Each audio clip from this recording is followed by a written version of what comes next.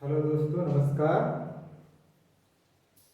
आज आपके सामने उपस्थित हूँ एक नया टॉपिक, अर्थव्यवस्था का टॉपिक लेकर के। बजट निर्माण। बजट का निर्माण कैसे होता है, जो हमारा 1 फरवरी को अगले एक सप्ताह के बाद ही जो बजट जारी होने वाला है, सरकार द्वारा प्रस्तुत किया जाएगा, तो उस बजट का निर्माण कैसे होता है उसके बारे में आज हम चर्चा करेंगे। कुछ बजट का निर्माण। सबसे पहली बात, बजट है क्या? बजट क्या होता है? जो सरकार द्वारा जो बजट प्रस्तुत किया जाता है, तो आने वाले एक जो वित्तीय वर्ष है उसका लेखा जोखा होता है। उसका लेखा जोखा होता है कि उसमें किस पे कितना खर्च करना है, कहाँ से कितना रुपया मिलेगा, किसको क्या देना है, कहाँ पे खर्च करना है, किस किस चीज़ को कहाँ कहाँ पे कितना कितना अमाउंट देना है। पूरा एक साल का लेखा जोखा होता है। और दरअसल जो बजट शब्द जो है हमारे देश में, जो मीडिया द्वारा, जो प्रिंट मीडिया और बाकी मीडिया है, उसके द्वारा सृजित किया हुआ शब्द है बजट। हमारे संविधान में बजट शब्द का कहीं पर भी उल्लेख नहीं है। बजट के बारे में हमारे संविधान के अनुच्छेद 112 में दिया गया है, जिसमें बजट के लिए वार्षिक वित्तीय विवरण, एनुअल फाइनेंशियल स्टेटमेंट टर्म का यूज किया गया है। एनुअल फाइनेंशियल स्टेटमेंट, वार्षिक वित्तीय विवरण।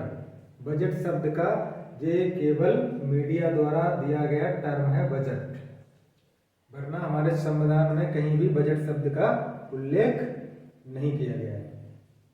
तो आइए हम चर्चा करते हैं बजट पे कि बजट निर्माण कैसे होता है और क्या क्या उसके अंग होते हैं।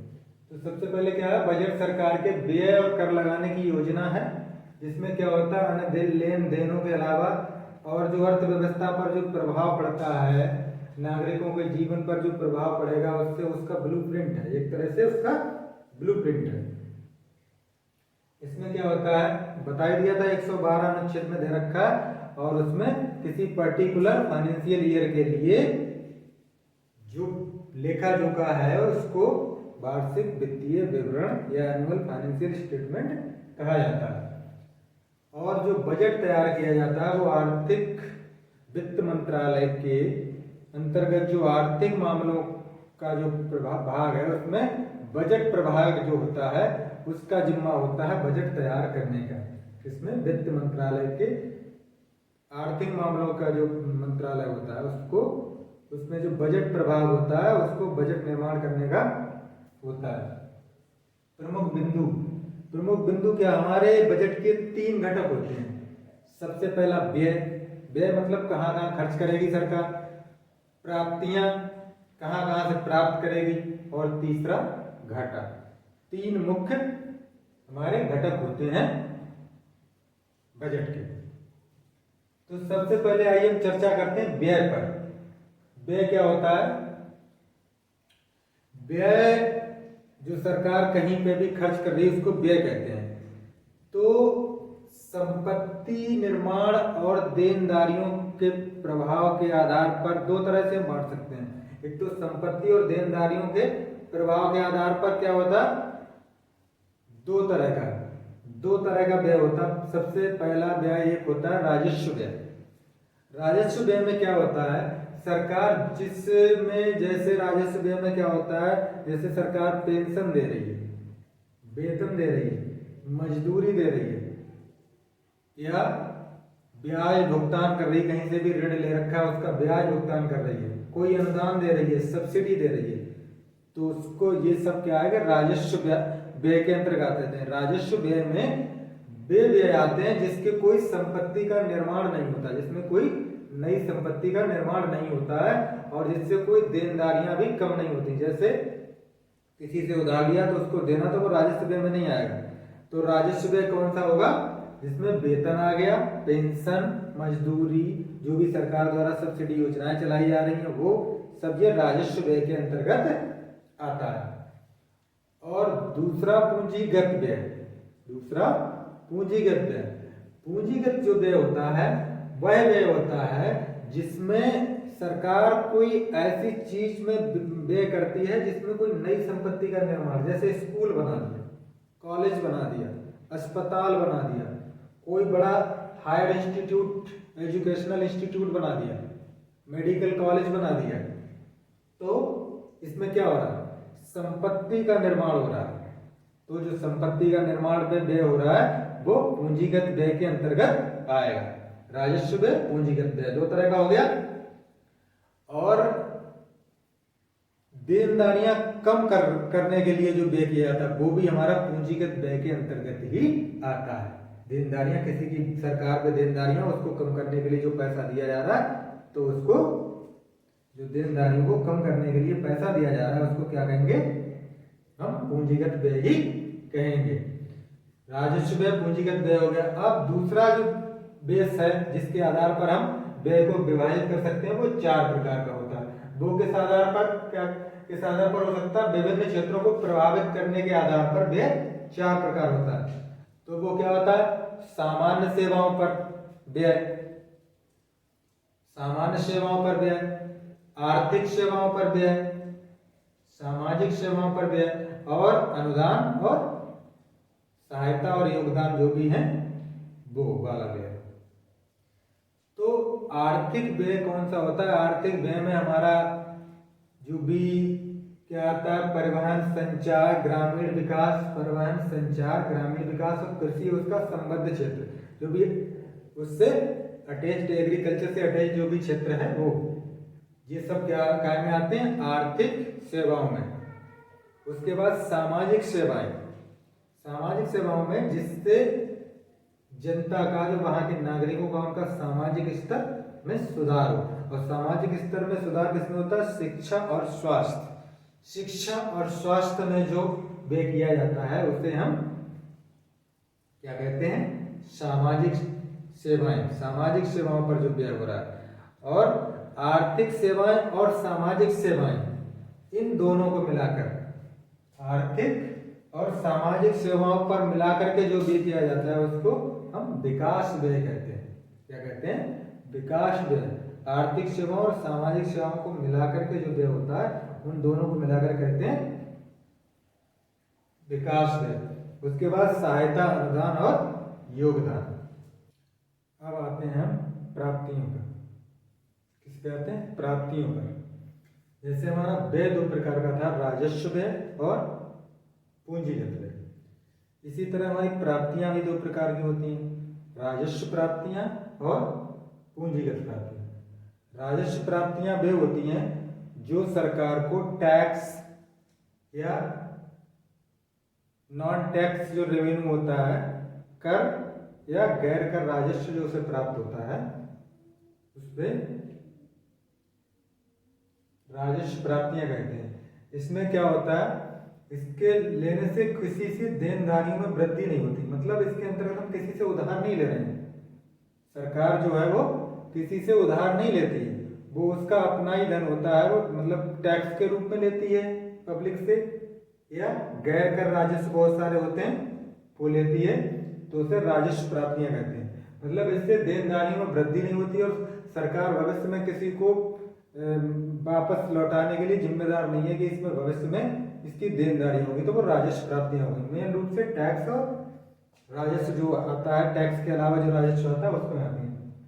पूंजीगत प्राप्तियां हमारी 2 तरह की होती है, एक गैर ऋण पूंजीगत प्राप्तियां और दूसरी ऋण सृजित पूंजीगत प्राप्तियां। गैर ऋण पूंजीगत प्राप्तियां, जैसे कि नाम से लग रहा है कि इसमें हम ऋण, सरकार ऋण नहीं लेगी किसी से। इसके अंतर्गत क्या होता है, एक तो विनिवेश से प्राप्त धन जो आता है, विनिवेश से प्राप्त जो होगी है वो गैर ऋण पूंजीगत प्राप्तियां। विनिवेश क्या होता है, कोई भी उपक्रम जो है जो सरकार के अंडर में है, जैसे अभी LIC का IPO, LIC का शेयर कुछ बेचा था सरकार ने, तो उसे विनिवेश कहते हैं। निवेश का उल्टा विनिवेश।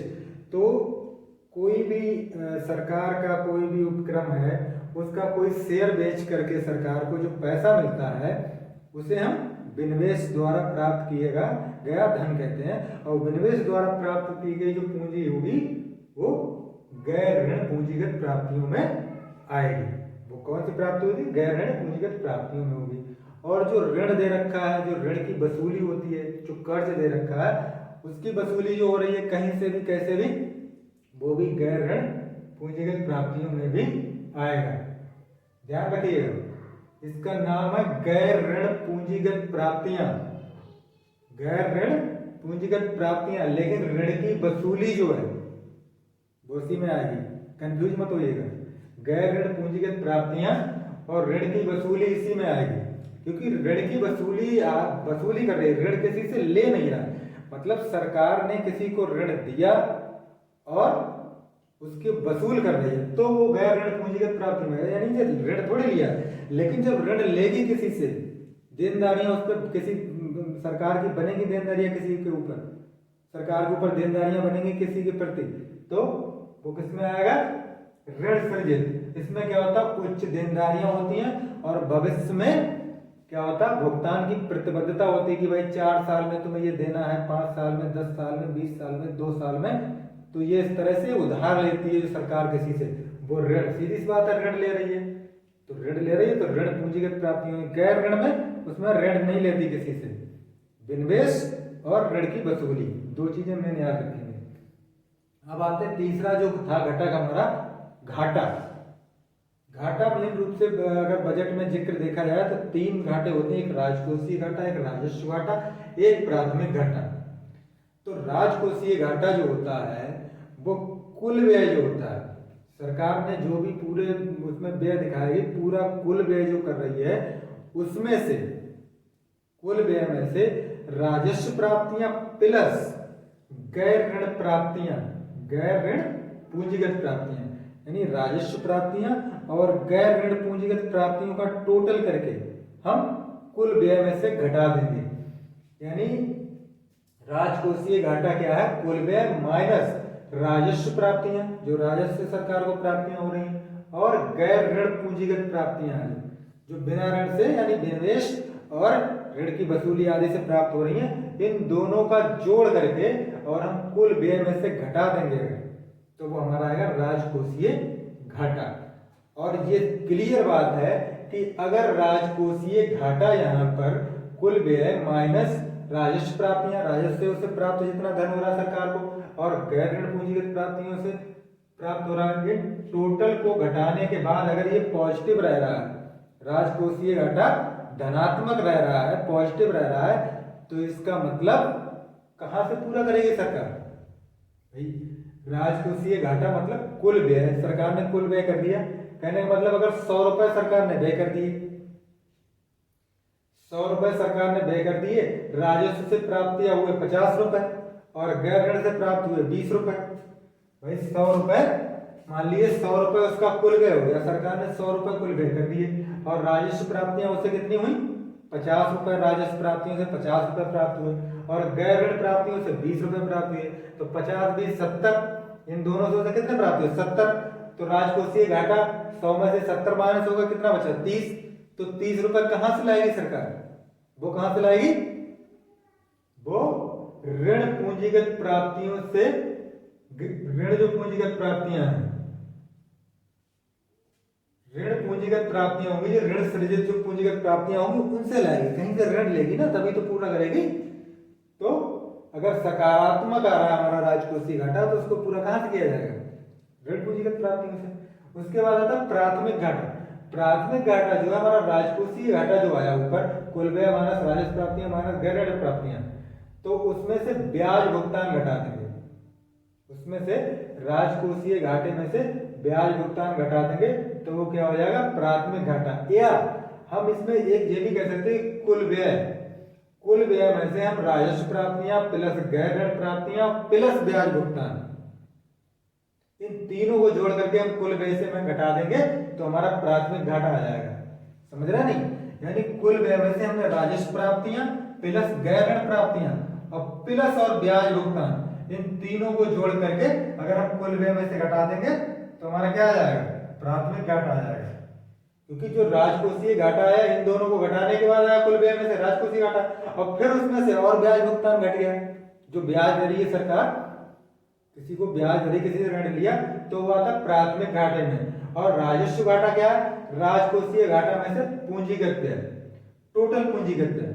पूंजीगत व्यय चाहे वो ऋण से प्राप्त हो चाहे गैर ऋण से प्राप्त हो, दोनों पूंजीगत व्यय अगर घटा देंगे तो क्या हो जाएगा, वो हमारा राजस्व घाटा। यानी कुल व्यय में से, इसको अभी दूसरे तरह से हम कह सकते हैं कि कुल व्यय में से राजस्व प्राप्तियां, राजस्व प्राप्त, अच्छा राजकोषीय घाटा हो गया, राजकोषीय घाटे में से हम पूंजीगत व्यय को घटा देंगे। जो पूंजीगत व्यय हम कर रहे हैं उसको क्या कहेंगे, राजस्व घाटा। ठीक है, राजस्व घाटा क्या होगा, राजकोषीय घाटा माइनस पूंजीगत व्यय। पूंजीगत व्यय क्या बताया था, जिनसे हम नई संपत्तियों का निर्माण कर रहे हैं, स्कूल बनाना, कॉलेज बनाना, हायर इंस्टीट्यूट बनाना, अस्पताल बनाना, तो यानी राजकोषीय घाटे में से हम पूंजीगत व्यय घटा देंगे तो हमारा राजस्व घाटा आ जाएगा। ये हुआ तीनों तरह घाटा। राजकोषीय घाटा मैं समझ रहा हूँ, समझ गए होंगे। राजकोषीय घाटा यानी कुल व्यय में से हमारी राजस्व प्राप्तियां जो हमारे टैक्स वगैरह से प्राप्त होती हैं, और गैर ऋण प्राप्तियां जो हमें विनिवेश और ऋण वसूली से प्राप्त होती है, इन दोनों को जोड़ करके हम कुल व्यय में से घटा देंगे तो राजकोषीय घाटा आ जाएगा। प्राथमिक घाटा क्या होता है, राजकोषीय घाटा में से ब्याज भुगतान, जो सरकार ब्याज दे रही, किसी से ऋण लिया उसके बदले में जो ब्याज दे रही, उसको हम घटा देंगे तो हमारा प्राथमिक घाटा आ जाएगा।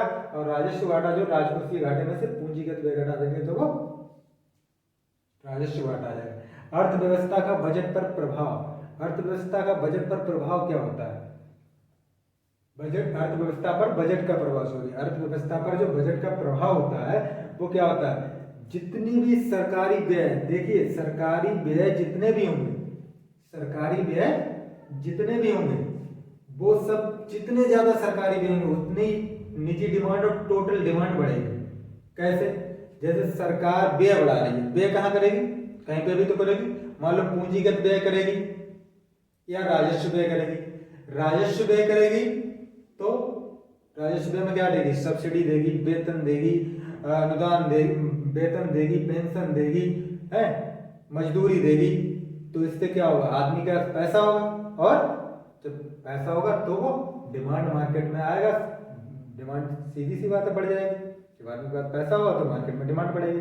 और अगर पूंजीगत व्यय में खर्च कर रहा है, दोनों में पूंजीगत व्यय में खर्च कर रहा है तो क्या बनाएगा, अस्पताल बनाएगा, अस्पताल बनाएगा, कॉलेज स्कूल वगैरह कुछ बनाएगा, हायर इंस्टीट्यूट बनाएगा, तो वहां पे क्या होगा, वहां पे काम करने वाले लेबर लगेंगे, मजदूर लगेंगे, तो उन्हें मजदूरी देगी, और मजदूरी देने के बाद जनता के पास पैसा आएगा, नागरिकों के पास, और जब उनके पास पैसा आएगा तो फिर डिमांड बढ़ेगी सीधी सी। तो क्या है कि सभी सरकारी व्यय, जितने भी सरकारी, अगर जितने भी सरकारी व्यय हैं वो क्या होते हैं, निजी क्षेत्र कुल टोटल डिमांड को बढ़ाते हैं। क्या करते हैं, बढ़ाते हैं। इसी का उल्टा जो क्या होता है, सभी कर और गैर कर राजस्व, जितने भी कर हैं वो राजस्व जो है, जितने भी गैर कर राजस्व या कर राजस्व जो भी हैं, गैर कर राजस्व क्या होंगे, वो निजी क्षेत्र में शुद्ध आय कम करते हैं। जैसे अभी 5 लाख तक, मतलब 2.5 लाख तक इनकम में टैक्स नहीं है, 2.5 लाख से ऊपर इनकम टैक्स है। अब अगर 5 लाख तक या 7 लाख तक या 6 लाख तक इनकम टैक्स फ्री कर दिया जाता है तो क्या हो जाएगा, डिमांड बढ़ जाएगी। और भाई अगर ज्यादा टैक्स वसूल लिया जाए, जीएसटी बढ़ा दिया जाए, ज्यादा टैक्स लेने लगेगी तो क्या होगा, पब्लिक की शुद्ध आय जो होगी वो कम हो जाएगी, और जब आय कम होगी तो सीधी बात है डिमांड कम हो जाएगी।